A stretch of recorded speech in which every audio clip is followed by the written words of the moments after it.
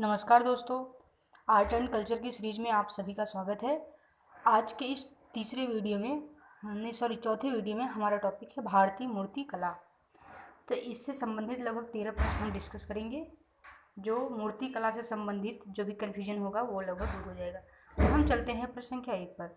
ये क्या करें, निम्नलिखित प्रश्न में दो कथन 1 और कथन 2 हैं। आपको इन दोनों कथनों का सावधानीपूर्वक परीक्षण करना है और नीचे दिए गए कोड का प्रयोग कर प्रश्न का उत्तर चुनना है।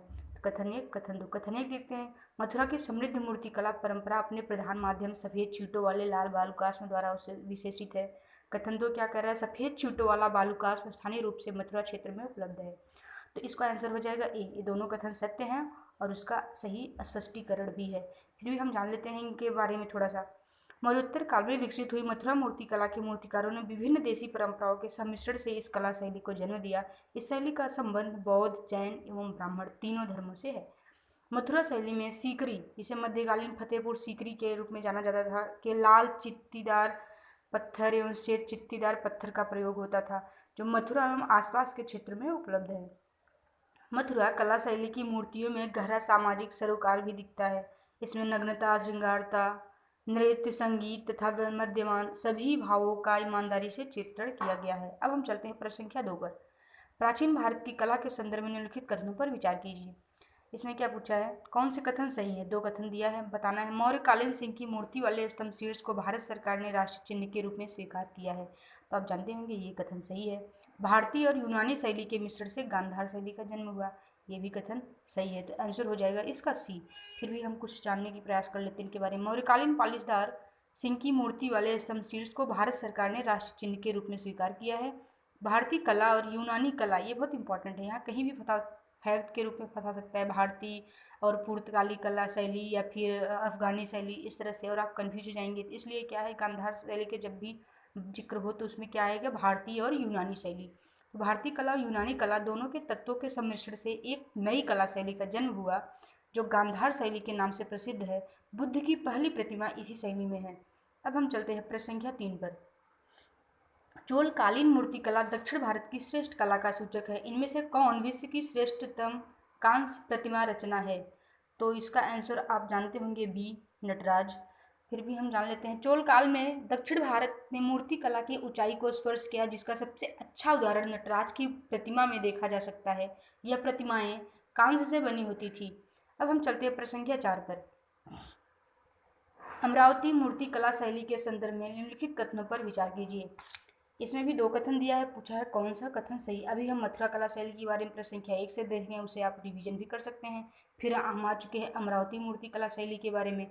इसके बाद एक लास्ट एक इम्पॉर्टेंट हमें और क्या मिलेगा, वो मिलेगा गांधार कला शैली। तो देखते हैं, हम पहले जान लेते हैं इनके बारे में जो प्रश्न है।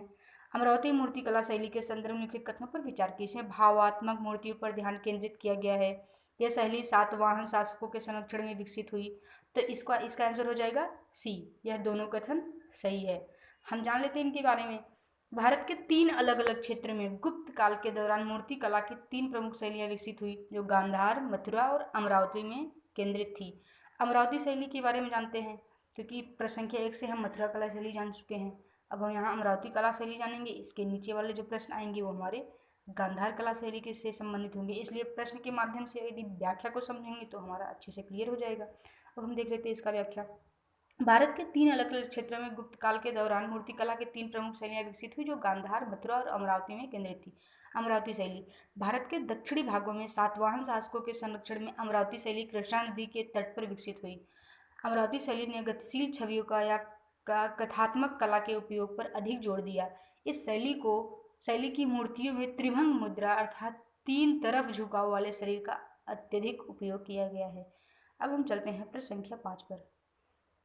भारतीय मूर्ति कला शैलियों से संबंधित निम्नलिखित से कौन सा एक कथन सही नहीं है। तो इसे 4 कथन दिया है, इसे बताना है कौन सा सही नहीं है। तो हम आंसर पढ़ते हैं अपना। गांधार कला की प्रारंभिक बौद्ध मूर्तियों में बुद्ध का मुख ग्रीक देवता अपोलो के समान है तथा मूर्तियों का परिवेश रोमन टोगा जैसा है। यह कथन सही है। गांधार कला शैली की उत्पत्ति एशिया माइनर क्षेत्र की हेलेनिस्टिक कला से हुई थी। यह भी सही है। मथुरा कला विशुद्ध रूप से भारतीय कला है तथा इस शैली की मूर्तियों में आध्यात्मिक एवं भावुकता की प्रधानता है। यह कथन आपका सही है। जब तीनों कथन सही हो गया तो गलत कौन होगा? कथन सीधे आंसर आपका डी हो जाएगा। फिर भी जानते हैं इनके बारे में। मथुरा कला शैली यथार्थवादी है जबकि गांधार कला शैली आदर्शवादी है। देखिए यही सेंटेंस गलत हो गया है। जो मथुरा कला शैली है वो आदर्शवादी है जबकि गांधार कला शैली वो यथार्थवादी है। फिर भी हम कुछ जानने का प्रयास करते हैं इनके बारे में। गांधार कला शैली की विषय वस्तु बौद्ध परंपरा से ली गई थी किंतु इसके निर्माण का जो ढंग था वो यूनानी था। ये हम बार बार इस फैक्ट पे जोड़ देंगे, वो यूनानी था। इसका सर्वाधिक विकास कुषाण काल में हुआ। मथुरा कला शैली की शुरुआत ईसा पूर्व पहली शताब्दी में हुई। कुषाण काल में यह परिपक्व हुई। इन दोनों शैलियों में मथुरा कला शैली जहाँ आदर्शवादी है वहीं गांधार कला शैली यथार्थवादी है। भारतीय कला में गढ़ी हुई गई बुद्ध की सबसे प्राचीन मूर्ति मथुरा में ही मिली थी। अब हम चलते हैं प्रश्न संख्या 6 पर। यह क्या कह रहा है? कांस्य ढलाई के संदर्भ में निम्नलिखित कथनों पर विचार कीजिए। हाँ, इसमें कुछ 3 कथन दिया है, मुझे बताना है इसमें से कौन सा सही है। किसके संदर्भ में? कांस्य ढलाई के संदर्भ में। तो फिर देखते हैं, पढ़ते हैं ऑप्शन। कथन, हड़प्पा वासियों द्वारा कांस्य ढलाई का कार्य वृहद स्तर पर किया जाता था। आप जानते होंगे ये कथन सही है। इस कार्य में द्रव्यमोम विधि जैसी विशिष्ट तकनीक का प्रयोग किया जाता था। द्रव्यमोम विधि जिसे लॉस्ट वैक्स भी कहते थे, ये भी कथन सही है। चोल काल की नटराज मूर्ति कांस्य ढलाई का एक उदाहरण है, तो ये भी कथन आपका सही है। तो आंसर क्या हो जाएगा? ए। फिर भी जानते हैं थोड़ा बहुत कुछ, क्या पता इंपॉर्टेंट फैक्ट निकल के आ जाए। हड़प्पावासियों द्वारा वृहद स्तर पर कांस्य ढलाई का कार्य किया गया। कांस्य मूर्ति का निर्माण मुख्य रूप से द्रव्यमोम विधि लॉस्ट वैक्स के तकनीक का उपयोग करके किया जाता था। चोल काल में उच्च गुणवत्ता वाली अनेक कांस्य मूर्तियों का निर्माण किया गया जिनमें से कुछ आज भी सुरक्षित है। शिव को नृत्य के ईश्वर रूप में प्रस्तुत करती चोल काल की नटराज प्रतिमा कांस्य ढलाई का एक उदाहरण है। यह चोल काल में कला के उत्कर्ष का विवरण प्रस्तुत करती है। अब हम चलते हैं प्रश्न संख्या 7 पर। मथुरा कला शैली निम्नलिखित में से किस या किन धर्म या धर्मों से प्रेरित थी? तो आप इसका आंसर बहुत अच्छे से जान गए होंगे। इसका आंसर हो जाएगा आपका ए। तीनों धर्म है, बौद्ध धर्म, जैन धर्म, हिंदू धर्म। और कुछ जानना है तो आप प्रश्न संख्या 1 को रिवाइज कर सकते हैं, उससे आंसर निकल के आ जाएगा। फिर भी जान लेते हैं थोड़ा सा।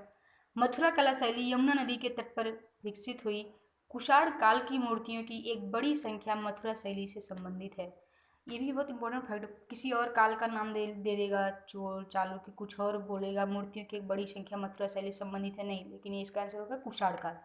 केवल हिंदू और बौद्ध धर्म ही नहीं बल्कि जैन धर्म भी मथुरा में फला फूला। मथुरा शैली में सीकरी के लाल चित्तीदार पत्थर या श्वेत चित्तीदार पत्थर का इस्तेमाल हुआ है। अब हम चलते हैं प्रश्न संख्या 8 पर। निम्नलिखित युग्मों पर विचार कीजिए। इसमें मूर्ति दिया है और स्थान दे दिया है, हमें बताना है कौन सा सही है। तो मैं बता दूं इसका आंसर हो जाएगा डी। इसमें तीनों सही है। फिर भी जानते हैं इनके बारे में। महाबलीपुरम में मूर्ति कला पल्लव शासकों के दौरान पल्लवित हुई। देखिए जो महाबलीपुरम है किसके शासनकाल में, इस तरह से प्रश्न बहुत आते हैं और अक्सर ये जब कोई मॉक सॉल्व करते होंगे या कहीं और प्रश्न वगैरह देखते होंगे तो काल मूर्ति से संदर्भित जो फैक्ट बना देता है वो बहुत ज़्यादा कन्फ्यूजन वाला होता है, इसलिए गलत भी हो जाता है। तो महाबलीपुरम में मूर्ति कला पल्लव शासकों के दौरान पल्लवित हुई। यहाँ की प्रमुख मूर्तियों में गंगा का उद्भव एवं विवरण, महिषासुर मर्दिनी, अर्जुन का तप, त्रिविक्रम विष्णु तथा गजलक्ष्मी है। और कैलाश पर्वत को हिलाते हुए रावण की मूर्ति एलोरा महाराष्ट्र के कैलाश मंदिर में स्थित है। इस असाधारण दृश्य में पर्वत के कंपन को महसूस किया जा सकता है। नटराज की मूर्ति तंजावुर के बृहदेश्वर मंदिर में अवस्थित है। इस मंदिर का निर्माण चोल शासक नटराज प्रथम ने किया था। तो इसलिए व्याख्या जान गए, आप आंसर भी जान गए। चलते हैं प्रश्न संख्या 9 पर। यदि आप मैं सोर्स बता दूं तो इसका सबसे अच्छा जो सबसे बेस्ट सोर्स है वह है क्लास 11th की फाइन आर्ट की बुक, जो मेरी बहुत प्रिय बुक है। एक तो छोटी सी है, आप 2 दिन में आसानी से उसको पढ़ सकते हैं। अब हम चलते हैं प्रश्न संख्या 9 पर। ये क्या कर रहा है, निम्नलिखित में से कौन सा सही है? हाँ, ये मुझे बताना है। 3 कथन दिया है, इसे बताना है कौन सा सही है। देखते हैं। कुषाण कालीन मूर्तियों के शरीर के सौंदर्य का जो रूप था उसके विपरीत गुप्तकाल की मूर्तियों में नग्नता नहीं है। बताइए ये कथन सही होगा या गलत होगा? ये कथन सही है। गुप्तकालीन शिल्पकला विशेषतः मथुरा शैली द्वारा स्थापित प्रतिमानों पर आधारित थी। ये भी कथन आपका नहीं सॉरी, जो आपका, हाँ सही है, ये भी कथन सही है। सार कथन 3 क्या है? सारनाथ की मूर्तियाँ गुप्तकालीन कला का सर्वोत्तम उदाहरण मानी जाती हैं। तो ये भी कथन आपका क्या हो जाएगा? सही है। तो हम चलते हैं इनके एक्सप्लेनेशन पे थोड़ा सा आते हैं। गुप्तकालीन मूर्तियाँ कुषाणकालीन पूर्णता को दर्शाती हैं। गुप्तकालीन मूर्तिकारों ने कुषाणकालीन नग्न कामुकता एवं पूर्व मध्यकालीन प्रतीकात्मक सूक्ष्मता के बीच स्वर्णिम समन्वय स्थापित करने में सफलता प्राप्त की। गुप्तकाल में दैहिक सौंदर्य के स्थान पर आध्यात्मिक सौंदर्य को प्रधानता दी गई है। ये बहुत इंपॉर्टेंट फैक्ट है। गुप्तकालीन मूर्तिकला अमरावती और मथुरा की प्रारंभिक उत्कृष्ट मूर्तिकला का तार्किक परिणाम है। इसकी सघनता मथुरा से और लालित्य अमरावती से लिया गया है। मथुरा सारनाथ, अहिच्छत्र, कौशाम्बी, राजगृह और ताम्रलिप्ति आदि गुप्तकालीन मूर्ति निर्माण के प्रमुख केंद्र हैं। अब हम चलते हैं प्रश्न संख्या 10 पर। भारतीय मूर्तिकला में किसी दैवीय प्रतिमा में अनेक गुणों को प्रकट करने के लिए उसके हाथों की संख्या में बढ़ोतरी कर दी जाती है, जिसमें प्रत्येक हाथ में प्रतीक वस्तुओं को रखा जाता है। इस संदर्भ में घंटा किसका प्रतीक है? तो इसमें एक बताओ सबसे इम्पोर्टेंट क्या है। जैसे कि हम देखते हैं जितने भी भारतीय मूर्ति कला हैं, जितने भी देवी प्रतिमा होते हैं, कुछ न कुछ उनके हाथों में या फिर किसी न किसी उनसे संदर्भित कोई न कोई वस्तु दिखाया जाता है, फिर उसका कुछ न कुछ एक विशेष प्रतीक होता है। तो इसलिए लगभग जो कुछ सारी जो हमारे आंखों के सामने किसी न किसी मूर्तियों में दिखते हैं, हम उनके प्रतीक के बारे में जान लेते हैं, फिर आपको आंसर ही पता चल जाएगा। जैसे हम देखते हैं दैवी प्रतिमाओं के हाथों में अलग अलग जो वस्तुएं दर्शाई गई होती हैं, उनकी विशिष्ट शक्ति होती है या क्रिया या गुण की प्रतीक होती है। तो इसलिए जो कुछ ही किसी भगवान के हाथ में या किसी देवी देवता के हाथों में यदि आप घंटा देखते हैं, तो घंटा किसका प्रतीक है? क्षणभंगुरता का। और जो पात्र होता है, पात्र किसका प्रतीक है? औषधि या भिक्षा का। और शंख, शंख नियम और धर्म को बताता है, अर्थात शंख नियम और धर्म का प्रतीक है। जो चंवर होता है, चंवर किसका प्रतीक होता है? गरिमा या आध्यात्मिक तेज का। और मणि, जिसके हाथों में मणि हो, वो किसका है? वैभव संपन्नता का। और जिसके हाथों में चक्र हो, चक्र पाप मुक्ति या पुनर्जन्म का प्रतीक होता है। जिसके हाथ में वंशी हो, वंशी मतलब बस वही मायाधारी, मायावी कृष्ण, तो मतलब वो किससे संबंधित हो जाएंगे? माया प्रतीक से। अब कलश की बात कर लेते हैं कि जब किसी देवी देवता के हाथ में अगर कलश है तो किसका प्रतीक है? सत्य का। और जिसके हाथ में पुस्तक है, आप जानते होंगे माँ सरस्वती, तो किसका प्रतीक हो जाती है? ज्ञान की। ठीक है, तो इसलिए आपका जो आंसर है घंटा किसका है? क्षणभंगुरता का। तो इस तरह से आपके अच्छा खासा क्वेश्चन जो इससे संदर्भ में आएगा मैं सब बता दी हूँ, एक बार रिवाइज कर लेना, आपका आंसर सन बन जाएगा। हमारी एक नैतिक जिम्मेदारी है कि वीडियो बहुत छोटा होना चाहिए, फिर भी हमारी कोशिश होती है छोटा है करे, कभी कभी हो जाता है, तो उसके लिए माफ़ करना। आप 2 खंड में देख लेना। चलते हैं प्रश्न संख्या 11 पर। पत्थर पर बनी उभारदार मूर्ति कला के रूप में स्वर्ग से गंगा नदी के अवतरण का चित्रण कहाँ किया गया है? तो आप जानते होंगे इसका आंसर बी है, महाबलीपुरम। व्याख्या जानते हैं। तमिलनाडु के महाबलीपुरम मंदिरों का निर्माण नरसिंह वर्मन द्वारा 630 ईस्वी से 658 ईस्वी के मध्य कराया गया। ये मंदिर पर्वतों को काट कर बनाए गए हैं। यहाँ स्वर्ग से गंगा नदी के अवतरण का चित्रण किया गया है। हम देखते हैं प्रश्न संख्या 12। प्राचीन भारत में बनी बुद्ध की सबसे बड़ी मूर्ति निम्नलिखित में से किस स्थान में है? तो फिर आप जानते होंगे इसका आंसर बी होगा, बामियान। दुनिया की सबसे बड़ी बुद्ध मूर्ति जो ईसवी सन के आरंभिक वर्षों में चट्टानों को काटकर बनाई गई थी, बामियान में स्थित है। यहाँ अनेक प्राकृतिक और कृत्रिम गुफाएं हैं जिनमें बौद्ध भिक्षु रहते हैं। उल्लेखनीय है कि अफगानिस्तान में बौद्ध धर्म 7वीं सदी तक रहा। इसी सदी में इस्लाम धर्म ने उसे अपदस्थ कर दिया। अब हम चलते हैं आज के अपने लास्ट प्रश्न पर, अंतिम प्रश्न पर। यह क्या कर रहा है इसे बताना है। भगवान बुद्ध की प्रतिमा कभी कभी एक हस्त मुद्रा या मुद्रा युक्त दिखाई गई है, जिसे भूमि स्पर्श मुद्रा कहा जाता है। यह किसका प्रतीक है? तो ये तो प्रीवियस ईयर का क्वेश्चन से आप जानते होंगे, इसका आंसर भी हो जाएगा। मार के प्रबंधनों के बावजूद अपनी शुचिता और शुद्धता का साक्षी होने के लिए बुद्ध का धरती का आह्वान है। कुछ देखते हैं है क्या इनके बारे में इंपॉर्टेंट। भूमि स्पर्श मुद्रा वाली बुद्ध की मूर्ति का आशय है कि बुद्ध मार कौन था? एक दानव का नाम के प्रलोभनों के बावजूद अपनी शुचिता व शुद्धता का साक्षी होने के लिए पृथ्वी का आह्वान कर रहे हैं। बुद्ध की प्रतिमाओं का प्रदर्शन 3 अवस्थाओं में किया जाता है, एक खड़ी, लेटी और बैठी अवस्था। अब देखते हैं इन तीन के बारे में। बैठी हुई बुद्ध प्रतिमाओं का प्रदर्शन 5 मुद्राओं में अंकित किया जाता है। ध्यान मुद्रा, अभय मुद्रा, वरद मुद्रा, भूमि स्पर्श मुद्रा और धर्मचक्र प्रवर्तन या व्याख्यान मुद्रा।